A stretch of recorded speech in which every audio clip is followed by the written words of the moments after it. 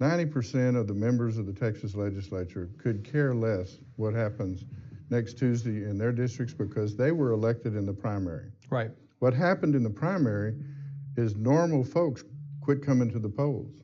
You had the crazies on the right and the crazies on the left are the only people that go to the polls. And so how do you get elected? You got to be crazy. Or appeal or you have to appeal to crazy, right? You have to appeal to them. You have to be semi-crazy. Right. And you have to appeal to the right wing. I shouldn't say crazies. Shouldn't say crazies. That's bad. I take back crazy. We'll edit this out in post, as they say. Maybe right? like Nutjobs or something. But I think that's better. I think that's a better thing. But you get the extremes, and when extremes start governing, right, it doesn't mix. But you know, it's an enlightened perspective from somebody not in office. The perspective of somebody in office is, I can get reelected every 2 years without having to break a sweat because we pack my district with my party. Hell yes.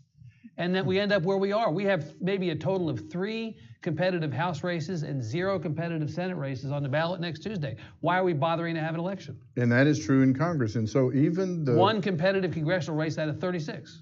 Even a reasonable Democrat or a reasonable conservative, what would you say reasonable, business type. I mean, they can't get elected in that primary unless they at least cater to the far left, right, or cater to the far right. And the far left and the far right is not what can govern this country. Do you think it's fixable?